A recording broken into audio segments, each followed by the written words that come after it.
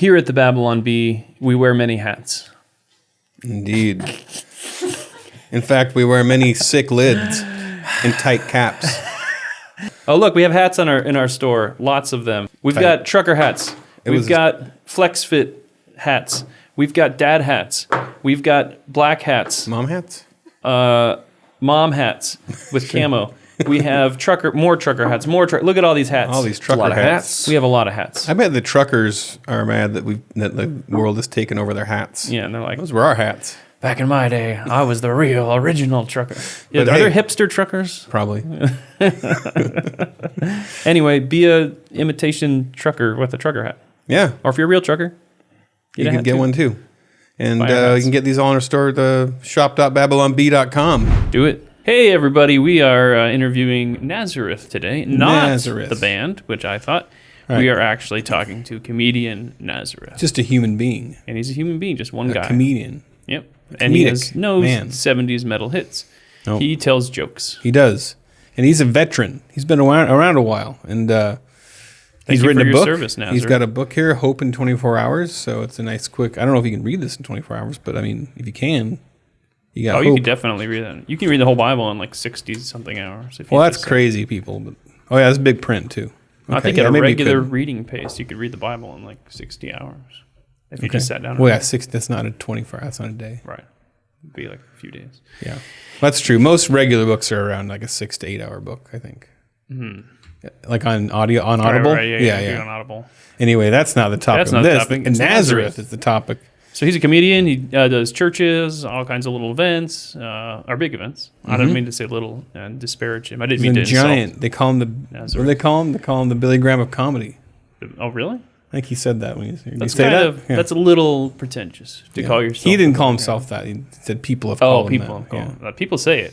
People say. People talk. But so he was a very pleasant, fun guy. We had a good time. Very warm, and he gave like the best invitation at the end of the subscriber. So portion. if you're not a subscriber, if you're a paying subscriber, we have extra content at the end, and we always give an invitation and ask if they'll accept Christ, which always leads to hilarious results.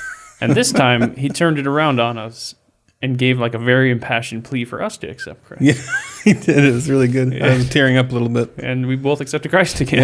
Yeah, spoiler. You got us. You can check out his comedy at NazarethUSA.com or check out the book, Hope in 24 Hours. Yeah, do that. Thanks for the mailman. All right. Mr. McFeely's here. Oh, and here comes Nazareth. All right.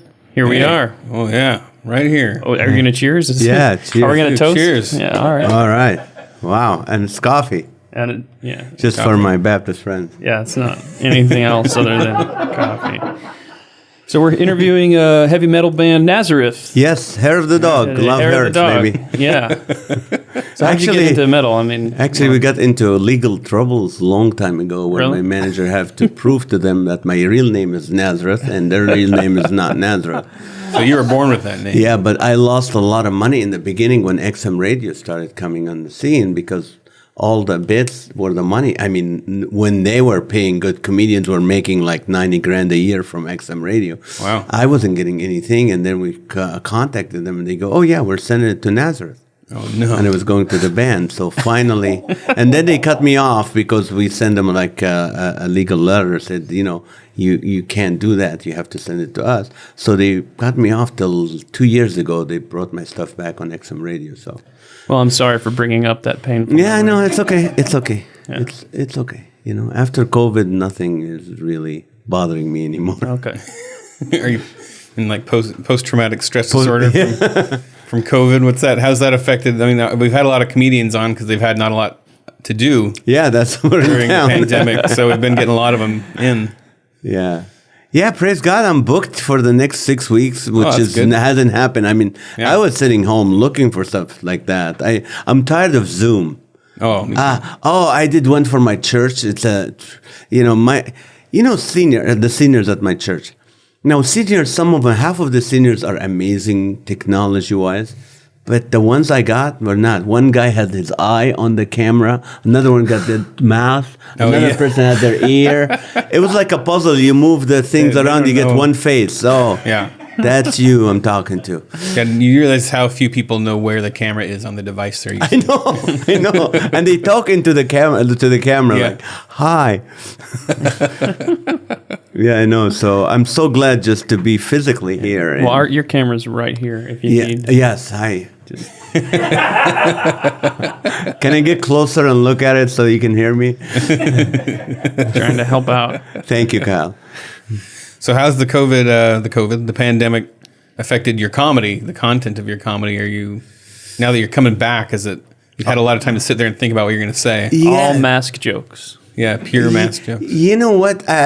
It's weird because a lot of people want to avoid talking about it. So, right. And then when you write material as comedians, you write a bit and then you go on stage 2, 3, 4 times and try it. Mm-hmm. And if it works all 3 times, you keep it.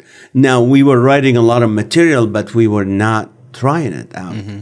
So you just don't get the time. So now when you're done with the pandemic, you're going on stage and you're trying to do your A material again just to get your timing back. And you're trying to do your A material, but then you want to sneak in the new material and see how it works.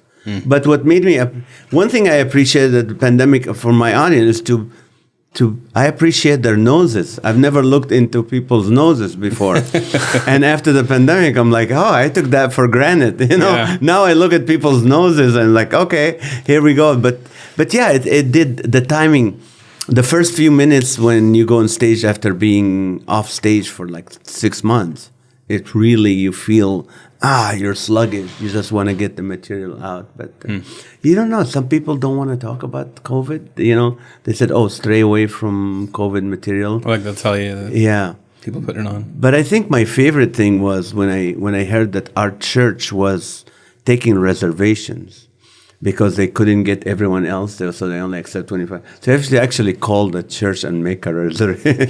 Yeah. And I'm going, okay, hi, yeah. Oh, you have any seats available? Oh, second show? Yeah, the second show. Yeah, I'll take that.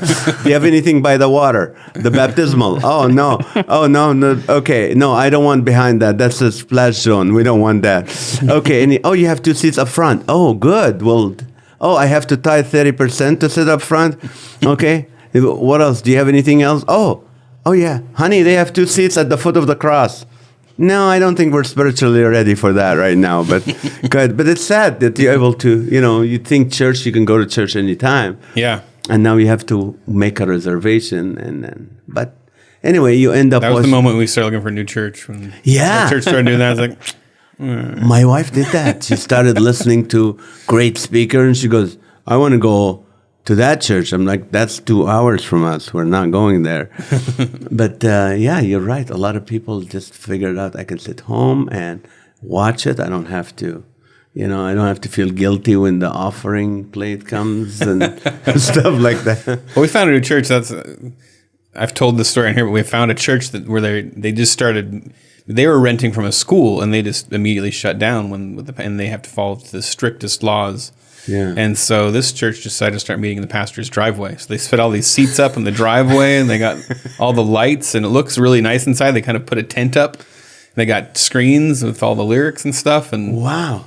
It's fun. It's like a little neighborhood potluck and church. how my neighbors would kill me for that if I do that. Yeah, he said the neighbors been pretty accepting. So really? That's nice. Because the Bible said love thy neighbor. Come on, really?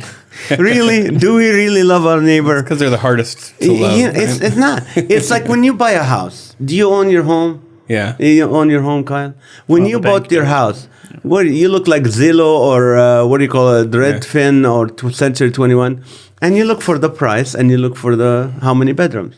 Mm-hmm. You don't look about who your neighbor is. Like we need a Christian Zillow where it tells you, okay, all right, here's a house. This neighbor has dogs that like to poop in your front yard. This neighbor, his son has a rock and roll band. This neighbor, he thinks your street is his, like used car lot. And, this neighbor is so friendly. He checks your mail and uses your trash. So stuff like that, at least you know who your neighbor is. And you go, you know what? I don't think I'm going to be able to love these neighbors in this neighborhood. I better move next.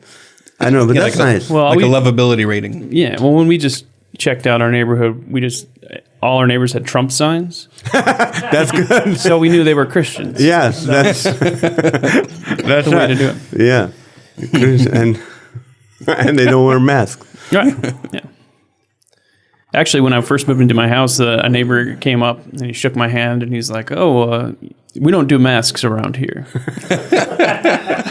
Like, we don't do that around these parts. On the outskirts of California. My neighbor is nice. He's the greatest guy. 16 years living next to him, and he's a black guy. If I call him African American, he gets mad. This guy is amazing. I mean, his garage, he has every tool you need. You can go to Pip Boys; they can borrow tools from him. And so, I talk about this how when you love people, there is no political correctness, which is killing comedians now. Mm-hmm. Trying to be, you can't say this, you can't say that. And so I went to my before the BC, everything I did BC before the pandemic, before coronavirus. So I went to him. I said, "Can I borrow a screwdriver?" And he goes, "What are you making a bomb again?" I mean, I'm Middle Eastern, understandably so. I laughed. Of course, it's funny. I'm like, "You'll be the first to find out in 10, 9, 8." But it's just like we joke. I love my neighbor. He's a great guy, but he hates Trump. Of course, he hated Trump. He still hates Trump. He still blames Trump for everything. It's like, look what Trump did. I'm like, Trump has been gone. One time his recycle bin was lost, or someone took it, and he goes, "Have you seen anybody?" I said, "There's a guy in a black suit and red to orange hair that really is, I saw him taken." And he goes, "Don't do that to me." I said, "It's Trump. You blame him on everything." But yeah, I have a different neighborhood than yours. Yeah, it sounds like it. Yeah. Yeah, that's when everybody has to start meeting each other, is when a big windstorm hits and all of the recycling bins and trash cans get blown all around and mixed up, and then you got to figure out which one's yours and talk to, actually knock on the door. "Is this your trash can?" I don't know. They're all grouped up down here. I put rims on my trash cans, wheels. Okay.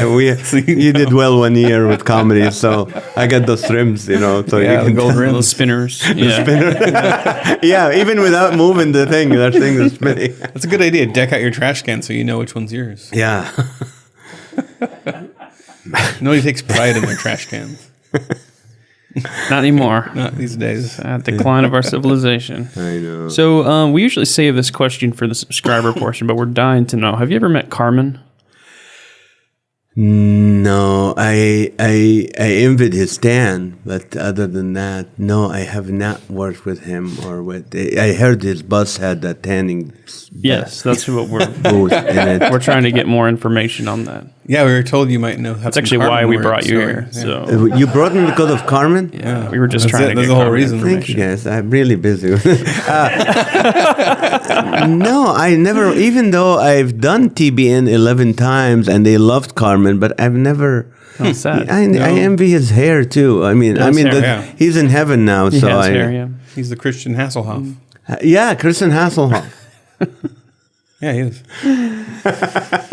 That's funny. I never. What's the most major Christian celebrity that you've ever met? Major Christian celebrity.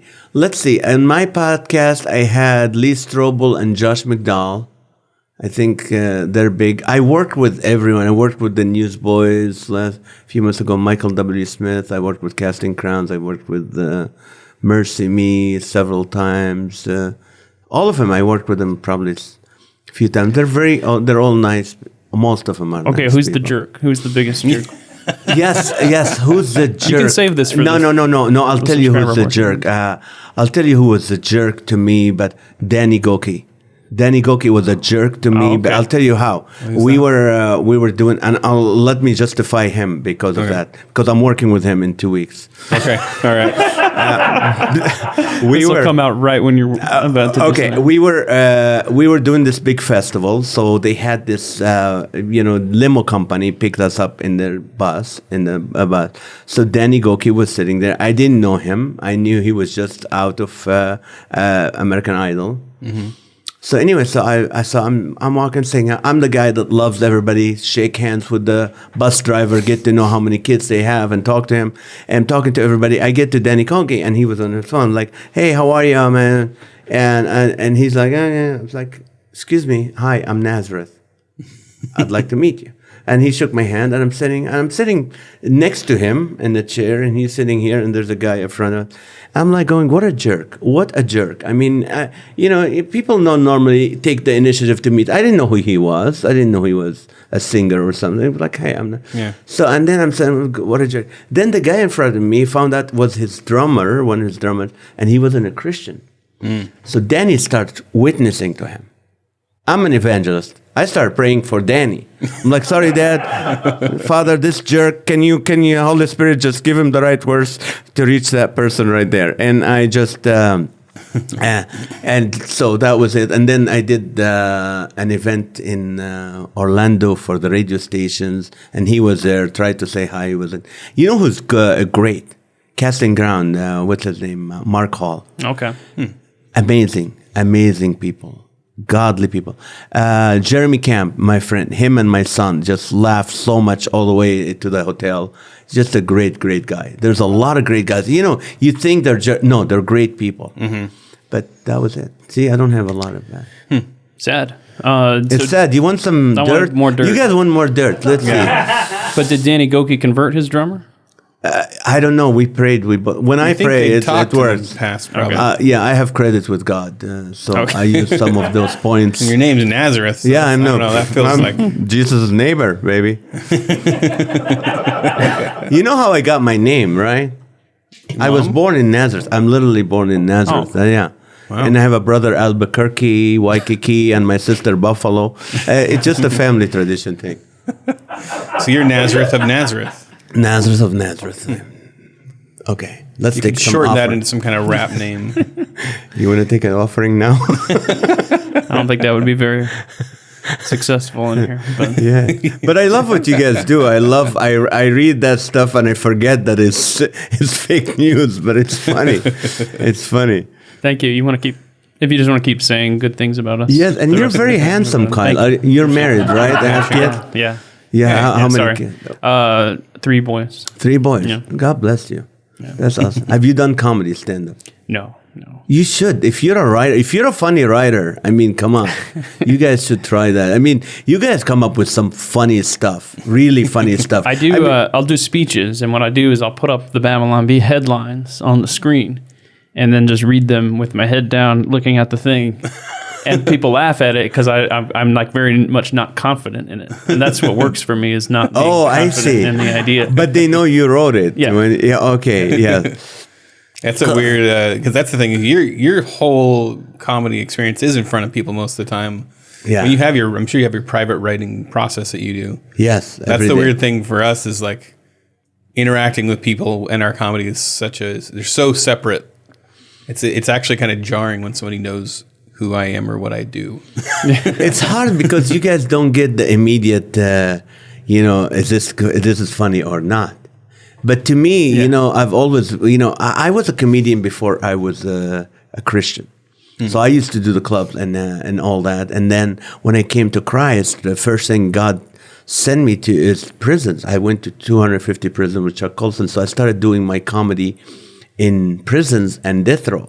So instead of going to we call it a hell gig or a bar somewhere in Joshua Tree and do comedy for 3 drunks and see if the joke works, now I'm in death row, and if they laugh, it's a funny joke because they don't have to. They don't care. I'm serious. So I started working on my act, and then I started doing comedy, and there were some comedians who were like doing the Christian comedy, like the Noah jokes, and when people laugh, they go, "Oh, and praise the Lord," and people applaud. And I'm like, I never, Lord, this is my job. I want to be the best as what I do personally. I want to be the best Nazareth telling jokes. Even so, once in a while I go like a headline, the Tempe Improv and all that. I still get the same big laughs, and there's comics who do that. Mm-hmm. Christian comics who still, Tim Hawkins and these others, and John Brennan and Robert G. Lee and all these guys. These guys write for the club. Not for the club material, but for the quality. And Jeff Allen and all these guys. You write the best you can. There's some who think just because you're a Christian, it's okay to be mediocre. And that's why what I like about you guys is you're not doing mediocre stuff. You're doing funny. We read it like, oh, that's funny. So that's what I appreciate. I don't appreciate someone who's just like half way. Yeah, they want to pass because they're with the cause. So hey, I'm one of the good guys. So if you don't support me, you don't support Jesus. Yes, exactly. We should try that. We're not that good, but we love Jesus, and you better think it's good because you're a Christian. You can't judge us. Mm-hmm. Well, you brought up the funny point about like writing on the internet is so different because you don't know if it's funny. Right. You put it up and you don't hear the laughter. You're kind of waiting to see if it gets shared, or when you tell a joke, you know immediately if it's funny or not. Right away. And you can't fake that, So it's you have such a much more of a direct connection with the audience. Right. It feels like. Have you ever tried writing like comedy on the internet, like that kind of written? Well, I do a show since the pandemic started in March. I started a show every night on Facebook called Live with Naz, every night at 8:30 p.m. Pacific time. And I wanted to do it for about 2 weeks. They said the country's going to open in 2 weeks. So I started doing my material, and then it's like after 6 hours, 6 days, I'm like, I don't have that much material. 6 hours of material is long. So I started asking the people, hey, can you be funny? And so they started being funny. I asked questions like, oh, what is the worst name for a plumbing business? And someone comes up with Farrah Fawcett. I'm like, these are normal people, they're not comedians. And another one said the number one in the number two business. I'm like, this is funny. So I started asking questions, and the show survived 318 shows. Tonight, 319. And it's people stressed out, depressed, no jobs, are being funny, trying to be funny. But then I do my new material. And the only way I find out, Kyle, is when the emojis come in. I'm like, oh, okay, there's not 4 emojis and, little thumb up. That doesn't mean it's that funny. And when they get this laughing, crying emoji, you go, oh, that bit has a potential. So nowadays, I don't know if you know this, but the skull is the funniest. The what? The skull. It means you killed them with laugh. Like, so people will post a skull, and that means they're the skull. That means that. Oh, I thought they're non-Christians. you might it's Satanists or something. No, the crying laughing is what old people use. Yeah. Oh. It's out. Oh. That's out. Oh, I didn't know that. Yeah, so now I put a skull. Yeah, it's a tell, depending what emojis you use, how old you are. Yeah. Hey, are you enjoying this interview? Oh, I know I am. Oh, I sure am. I'm actually probably sweating trying to think up new questions now. Yeah, this very moment. But if you're enjoying it, you should become a Babylon Bee subscriber because the interviews are much longer. Yes, and we also have the most fun because the portion of the interview that does not go up here on YouTube publicly can't be Googled, so our guests kind of kick back a little bit and get a little looser. They tell us what they really think. And we always do our 10 questions, which for everybody and tends to be the funnest part of the show. Yes, so become a Babylon Bee subscriber at babylonbee.com/plans, and you get the full interview show, and you also get it a day early.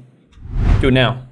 My kids were telling me, Dad, you're so old. You're old for this, for TikTok. You're old for TikTok. This is true story. I prayed.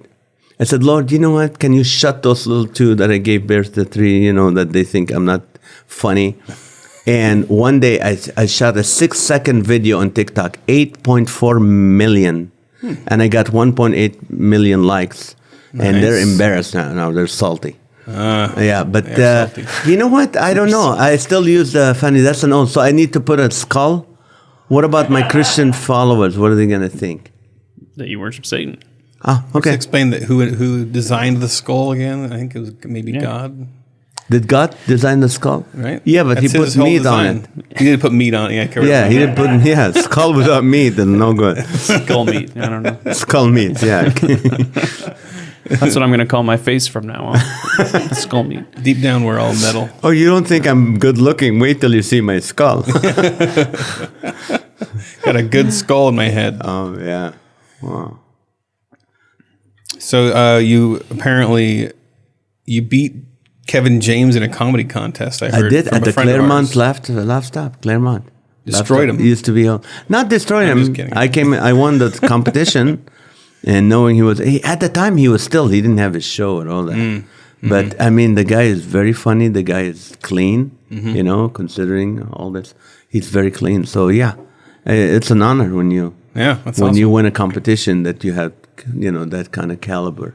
Do you have any of those comedians that you kind of started out with that you've seen kind of rise up to? Is anybody in your history since you've been doing comedy for 25 years? 30 years. I work. There's some.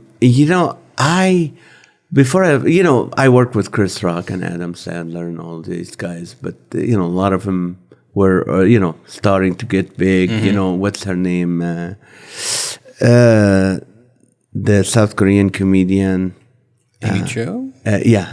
Cho, Margaret Cho. Oh, Margaret Cho. Margaret Cho and all that. So they started coming out, but I had a direct. I accepted Christ in the process, and I quit. NBC was writing a sitcom for me called Fish Out of Water, Middle Eastern Man in America. And everything was great. I was a new face at the Improv, performing like I was already, I did the Aladdin in Vegas. So things were happening so fast, and I was empty inside. I was really going, you know what, if this is it, it's not doing it. So actually a Japanese comic invited me to church. And I went to church in Southern California. I found out that God loves me. He's not mad at me. He doesn't hate me. So I gave my life to Christ, called my manager on Monday morning, Chuck Harris. I said, I'm quitting. He goes, why? I go, I'm a Christian now. He goes, you've always been a Christian. I go, yeah, I was Greek Orthodox, but never went to church. But now I really know Jesus. And after 250 some F words, he was convinced, truly convinced, I'm not going with different management.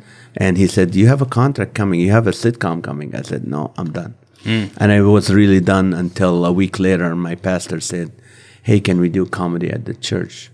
And I was the guy that says, you can't do comedy at church. That's from the devil. And he goes, no, God created humor. Satan perverted it. And that's when we started our own first show, and knew right away God was calling me to use my comedy to bring people to Christ and encourage people. Wow. Yeah, so what was the question again? Because I strayed away from it. Oh, I was asking about people you came up with, and that's what happened. Kevin James. So that's what happened. When I accepted Christ, I had a change of direction. I started doing events where families are in and stuff. So I stopped doing the clubs. Once in a while, I would do a club just to make sure that I am consistent with the laughter with everybody else. What's the distinct difference in the audience at a club and a church? I mean, nothing. Really? Laughter is laughter. It's funny how some people go, oh, they're going to hate you if you say you're a Christian. No, it's when you say it. If you get up on the stage and go, I'm a Christian, praise God, no, they're not going to like you. But after 20, 30 minutes where they relate to you, oh, this guy is a husband like me, a father like me, he's he's someone who, I can relate to him. That's when, you can say anything. And that's why comedy, when you think of comedy, a lot of issues in our life, was dealt with through comedy. Look at Richard Pryor. Richard Pryor he did more for the Black Lives Movement than anybody else, because he started picking on himself, and he got to a point where he taught our culture, like the N-word can only be used by black people. That was Richard Pryor. That was a comedian. It was comedians who really started, that deal with issues from racism to whatever issue it is. You can deal with it. Comedians are the best people who are qualified to talk about it. Why? Because once you get the audience to like you, you can say whatever you want. So I try when I write my material, some material. Like let's say I'm doing a convention for radio station people. I'm going to do more jokes about radio stations, about being on the radio, being, in the air. But if I'm doing a church, I'm going to do more about, stuff that church people deal with. When I'm doing a club, and let's say I'm in, Pittsburgh, I'm going to do more different material in Pittsburgh that I would do in Florida. It's different audience. So you got to, when I'm doing a church, I will do more of my, more freedom to share how my lifestyle with them than others. When you're in death row inmates. When I'm in death row inmate, I'm scared for my life. No, actually, I just do. When you do prisons, you start picking. When you pick on other people, they laugh. Oh, because you're picking on other people, and it's not them. But very polite people in prison. Because you're in their home. They have a government in there. It's amazing how there's a respect. Like I'm a guest, they're not gonna touch me. I'm their guest. I came in there to entertain them. They respect that. And if they shank a comedian, they probably don't get any more comedy shows. Yeah, I know. Yeah, they stopped going. Or lose that yeah. privilege for a few weeks. You would think. Yeah. So you're from Kuwait. Where's that at? Well, that's right. It's been a long time since the Iraqi war. Okay, let's see. I was born, actually, I'm a Christian Palestinian. Actually, I was born in the Holy Land in Nazareth. When I was 3 years old, moved to Kuwait. Kuwait is south of Iraq. Kuwait is a very wealthy. So it's like Middle East. It is Middle East, yeah. Wait, you really didn't know that? Yeah, no, I knew. You didn't know It's that? a joke. It's a bit. I thought it was a joke, and then like you kind of committed to it. I really committed to the bit. Yes. Yeah, I grew up in Kuwait. What's good about Kuwait is it's a dry country. You can't drink alcohol. So people drink perfume. True story. You should see the happy hour at Nordstrom's over there. It's just really good. I'm serious. I came from Israel, born in the Holy Land, lived in Kuwait. Muslims don't eat pork. Jews don't eat pork. When I was 17, I snapped. I started smoking ham. That's, I'm serious. I came to this country, I'm like, I never had bacon before. Can you believe that? That's like, I didn't. Wow, okay. And when I ate bacon the first time, I was like, oh, Lord, I was missing all this time, the bacon. It's really the main reason to convert to Christianity, I think. Is like bacon. I think apologists, when they're debating Muslims and Jews, why don't they bring that up more often? That seems like the true. bacon cosmological argument. That seems like a mic drop, really. And I was confused once because I was watching a show in Hawaii where they bury the pork underground and go, oh, it's illegal there in Hawaii too. But Kuwait was a desert. Kuwait was it was a hot 145 degrees. It's really hot. And we were second-class citizens because we were not natives. So it was hard just growing. I think that contributed to my comedy. Trying to fit in. Yeah, so that's... Maybe I shouldn't get serious on the Babylon. No, we're not getting a little serious now. I'm gonna Because most comedians don't have a story where they're like, I grew up with everything I ever wanted, and I was super rich, and I started doing comedy. Like, usually... It comes out of hardship. Yeah, it wasn't. I had good family. I had good parents. My mom was tough, though. Like, I remember when I left Kuwait, my mom never told me she loves me. I knew she did, but she wasn't one of those tough women. And I remember leaving Kuwait to go to the U.S., a whole different country. And I go, I love you, Mom. And she goes, don't drink, don't smoke, don't do drugs, don't watch dirty magazines. I'm like, okay, Mom, I love you. Don't drink, don't do drugs, don't watch dirty magazines. Okay, I want. So I get to Toledo, Ohio, where I go to, went to college. And she would call me every day, every night. Are you okay? Are you eating good? Oh, Mom, I'm eating good. Goodbye. That's all she does. She never said, I love you, or like, oh, how you feeling? Never that. So one time she called me in the day. I was working in my part-time job. And she's like, listen to me. I'm like, is Dad dead? What happened? Why are you calling me? It's middle of the night. Listen to me. Do you have any cigarettes around? I go, yes. Do you have any alcohol around? I go, yeah, there's alcohol in the fridge. Any dirty magazines? Yes, Mom. She goes, you're a bad son. I knew you're bad. I said, no, Mom, I work at 7-Eleven, okay? I have to go. But Mom was tough, but we had a normal, that's a great question, Carl. We had a good, it wasn't, I didn't come from but I think trying to fit in is what made me humorous. When I was 3 years old, living in Kuwait, my mom didn't like our relatives. And over there, relatives like Jehovah's Witnesses, they don't call beforehand. They just come and knock on your door. Yeah. And the worst thing that happened in Jehovah's Witnesses is the ring. That ring where you can see who's out there. Oh, yeah, the camera, yeah. Yeah, so I was like... why it was invented. Pretend like it's about crime, but no. But we get relatives over there. They don't call. They just come in, and you have to take care of them. So Mom would go, tell them joke. I'll pay you money. Just tell them joke. Keep them entertained. And that's how it started for me. But yeah, I didn't have problems. Just trying to fit in is what made my humor come out. So this is kind of a random out of left field question, but I've never actually talked to somebody from the Middle East about this. And post 9/11, we heard that, what was it like being a Middle Eastern person during that time? I've heard all these horror stories that, people are very mad at Middle Eastern people. Did you experience that kind of stuff? Well, after September 11, I am Mexican now. You're Mexican. And I was Mexican for 2 years until I made sure all this like, calmed down because they were attacking Indians and Sikh. I'm like, okay, better. And we had, you knew when you drove in LA, people who had those big 2 American flags on top of their cars over the Persians. It's like, we're not Arabs, we're not Middle Eastern.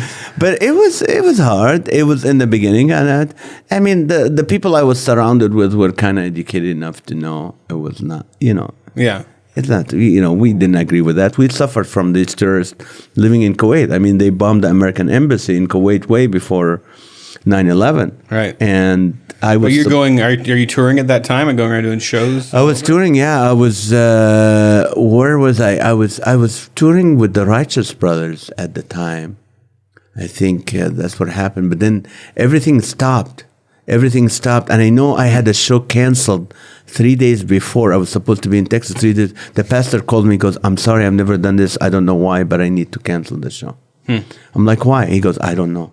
And I'm glad he did. Because at the airport, it was the first, I think, week. And then they opened the airport. I was sitting, I remember my flight. I was needed to go to the bathroom so bad, and I would not get up.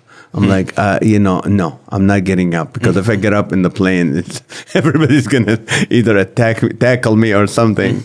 And I'm talking to my bladder like, shut up, bladder, just sit there. Don't do that. It's like a ticking time bomb. Yeah. So it was. And I had my Bible open. Ready to explode. I mean, but it's the reality of things. There's some people out there that's going to be, stupid enough to hurt you not knowing who you are. Right. So yeah, I had my Bible open. I wore my cross.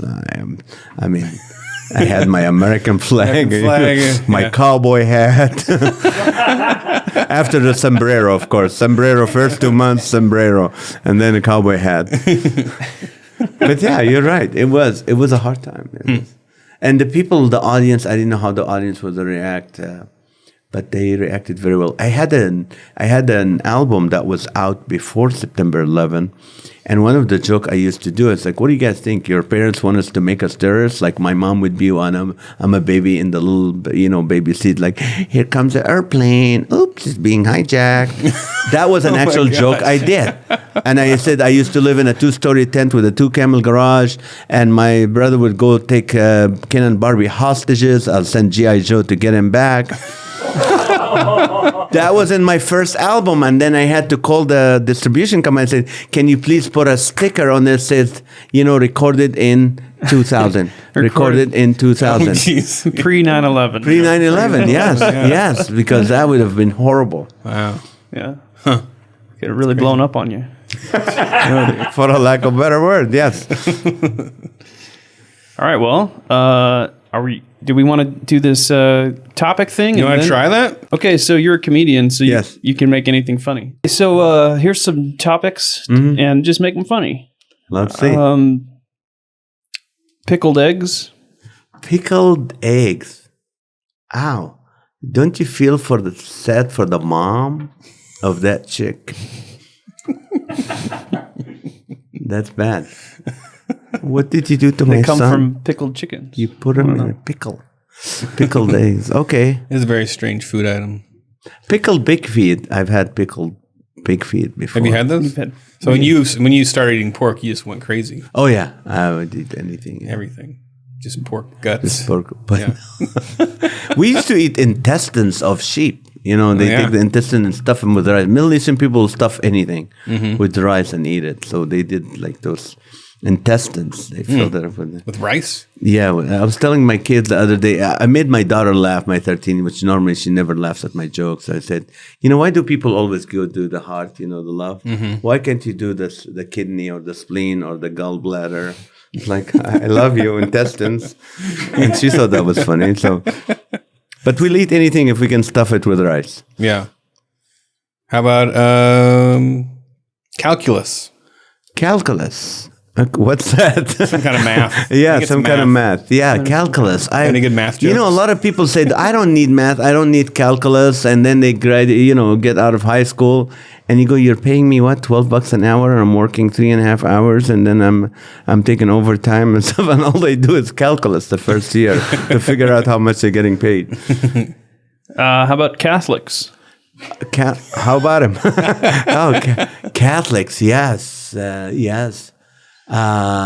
Good people, lots of, it's funny because when you go to a Catholic church, I went to a church once in New Mexico, and they had nothing on the stage in the sanctuary. Like you go, the pastor standing just the pulpit. I said, you need really a gay Catholic interior designer to come and help you out.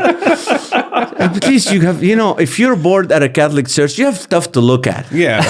At a Baptist church, you have nothing. You have to look at other people and judge them, which is horrible. That's why Catholics don't judge people, because they're busy looking at all the icons and the statues and everything. That's a good point. It's a good point. Yeah. Catholics 1, yeah. Baptist 0. Yes. It's my turn. Yeah, How about Nosferatu, a.k.a. vampires? Vampires. Yeah. Well, I'm saved by the blood. I am saved by the blood, and if they want to suck the blood of Jesus out of me, then it's their loss. I never thought about that. If a vampire sucks a Christian Well, I don't blood. think you have the blood of Jesus. Oh, that's true. I don't have no. Every communion they tell me that Oh, yeah. we drink the blood of Jesus. Well, again, are you Catholic? Oh, okay. no, I'm not. Catholic. I'm actually. I just consider because I'm a identified Christian. when you identified as Mexican, did you identify as Catholic? For 2 years. Yeah, I did. 2 years. Just I because saved so much money on the tithe, I didn't give anything. But no, I attend a non-denominational. I grew up at Calvary Chapel, under the teaching, but I'm a Christian. I don't like, the whole giving denominations and stuff. I'm a Christian. I love Jesus. And, I live for him and saved by grace through faith. That's it. See, but I think if you drank Jesus' blood, it wouldn't mean that his blood was No. then in your bloodstream. Yeah, be in your stomach. Right. So that's like a metaphysical question. Yeah. But I don't know. But how would the vampire know the difference between my blood and Jesus' blood? He's not saved. Would probably kill him. Like Jesus' blood would probably kill the vampire. You just turned into a husk. Well, they don't like crosses. I mean, garlic kills them, right? Yeah. Garlic, yeah. Yeah. Garlic. That bloody garlic. So they'd probably die from my blood because I eat a lot of garlic. Yeah. But then, I don't know. I've never ran. It's funny. Like for a while, it was Hollywood just come up with these vampire shows. Like that's entertainment. Mm-hmm. It's just like, why can't you think more? I mean, I don't want, like you come home and go, oh, I'm so tired. I just want to see someone getting maimed right now so I can relax a little bit.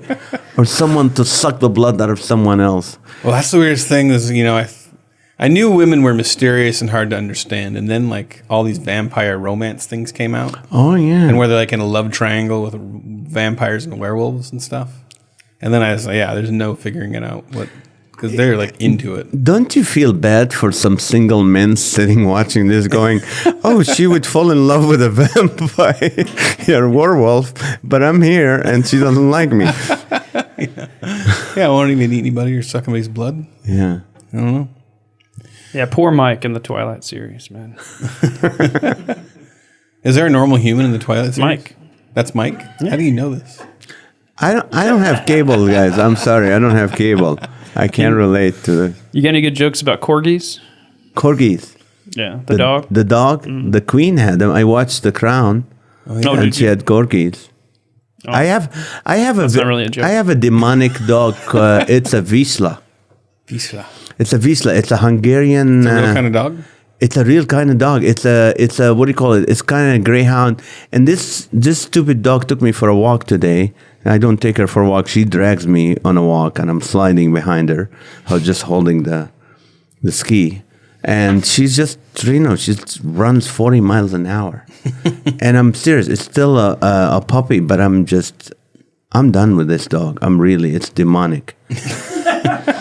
And we get her food from Monster. Monster makes her dog food because she's like, it's always high energy. I'm like, relax, dog. Just shut up. But The bee or not the bee? That is the question I ask myself every morning as I drink from my the bee or not the bee mug.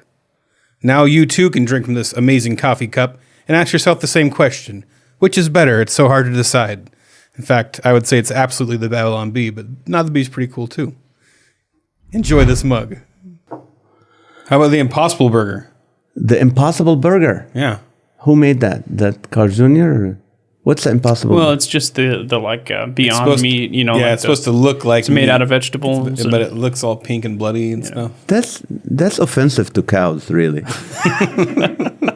If you don't want to eat meat, don't eat burgers. Don't fake it. Like some people fake cheese. They eat like it's not really cheese or tofu. Have you ever had tofu? Horrible. No. Tofu is like vegan cheese stuff is just the worst. One time I had tofu. It's like having 2 jars of Vaseline the whole day. It's like, ugh. No, I mean, come on. If you don't want to eat meat, don't eat meat. Go take a carrot and just eat it.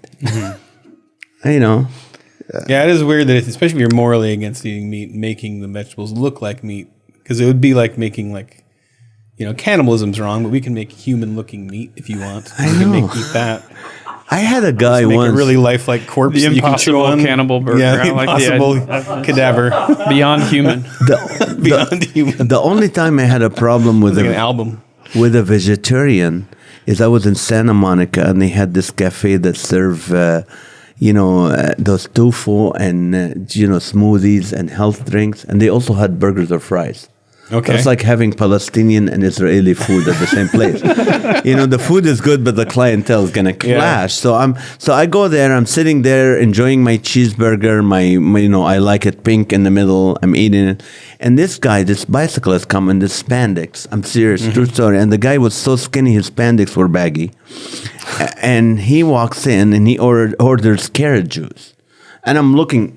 God is my witness. I'm looking at the guy. Go, wow, that's awesome. That this guy, I want to be here like him one day. And then he looks at what I'm doing. I'm eating, and he's like, ew. And I look at him. And I'm insecure. I'm like, I didn't do anything to you. What? I'm looking around. He goes, ew. Why don't you just go bite a cow? I'm serious. He goes, why don't you just go buy the cow if you're going to eat it? And that's when, how sometimes you say, Lord Jesus, stay out of this one. I can handle it. And I wanted to say, why don't you stick your head in the ground and buy the carrot? But I didn't do that. I just kept my mouth shut. And God said he's going to go to the bathroom because he's on cleansers. And, those people don't argue for too long because they're on cleansers. So anyway, that's my only challenge with a vegetarian. That's a bizarre challenge. Like, just go buy a cow if you like it. Yeah, that's weird. That's a strange thing. All right. Well, you did pretty good. I would say. Did I pass? It's a tough. C? It's a tough test. Yeah. C plus. Wow. C plus. Well, I didn't study. You guys didn't tell me what some. We just dropped that on No, them. you did great. We're gonna move to our subscriber lounge now. Oh yeah, You get to go the hang out paying in there. people. Yeah, for the We like stories. rich people. Okay. Stories from the road. Stories. We're gonna get all the dirt. Yeah. Oh, that's good. Yeah, I'm sorry I didn't have a lot of dirt in this section for the cheap people here. Yeah, this is the cheap cheapskates. jokes. All right, here we go. Coming up next for Babylon Bee subscribers. What about your biggest bombing story? Bombing story. I'm Middle Eastern. The joke. That's why I don't do any jokes about presidents. Me neither. Yeah, we don't do any. Yeah. If you want to scatter ashes at Disneyland, might as well do it at the Haunted Mansion. I mean, wouldn't that be... You don't even have to wait to get the ashes. You can throw the rest of the body. I mean... Enjoying this hard-hitting interview? Become a Babylon Bee subscriber to hear the rest of this conversation. Go to babylonbee.com/plans for full-length, ad-free podcasts. Kyle and Ethan would like to thank Seth Dillon for paying the bills, Adam Ford for creating their job, the other writers for tirelessly pitching headlines, the subscribers, and you, the listener. Until next time, this is Dave D'Andrea, the voice of the Babylon Bee.